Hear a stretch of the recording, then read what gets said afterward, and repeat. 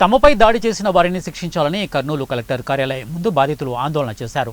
కర్నూలులోని శ్రీరామ వెంచర్లో AR constable Vidyasagar కుటుంబ సభ్యులపై మరో పోలీస్ కానిస్టేబుల్ వాసు కుటుంబ సభ్యులు అకారణంగా దాడి చేశారని బాధితులు ఆవేదన వ్యక్తం చేశారు. ఈ ఘటన జరిగి 3 నెలలు అవుతున్నా కర్నూలు రూరల్ పోలీసులు ఎలాంటి చర్యలు తీసుకోవడం లేదని, అందుకే ఆందోళన చేస్తున్నామని బాధితులు తెలిపారు. దాడికి పాల్పడిన వారిపై చర్యలు తీసుకోవాలని వారు డిమాండ్ చేశారు. పేరు మహేష్, నేను ఉమాదేవల భర్తని. రాత్రి 8:30 సమయంలో ఇంట్లో ఉన్న మా డాడీని వ్యక్తిగతంగా ఇంట్లో నుంచి బయటకు పిలుచుకొని కొట్టడం జరిగింది.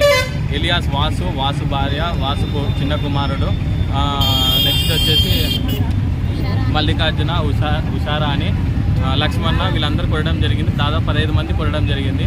నా భార్య పోతే నా భార్యని కత్తితో కొట్టడానికి చంపడానికి వచ్చినారు.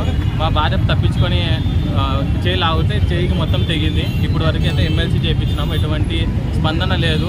ఎస్పీ గారిని కలిసినాము, డిఎస్పీ గారిని కలిసినాము, ఎటువంటి స్పందన లేదు. అక్కడ నుంచి యూనిఫామ్లో వ్యక్తులని అనుకూలంగా ఉన్న పోలీస్ ఆఫీసర్లను ఇంటికాడ పిలుచుకొని మమ్మల్ని అడిగించడం జరిగింది. అయినా కూడా మేము ఎట్లా కూడా తప్పించుకొని పెద్ద ఆసుపత్రికి వచ్చినాము. మేము ఎమ్మెల్సీ చేయించినాము. ఎమ్మెల్సీ చేపిస్తుండగా మాకు సిఐ ఆఫీస్ నుంచి కాల్ వచ్చింది, మీరు రండి మీకు న్యాయం చేస్తామని కాల్ వచ్చింది. పోతే మేము నన్ను, మా డాడీని, మా అన్న వాళ్ళని, నా భార్యని, మా అమ్మని అందరినీ 3rd డిగ్రీతో కొట్టినారు.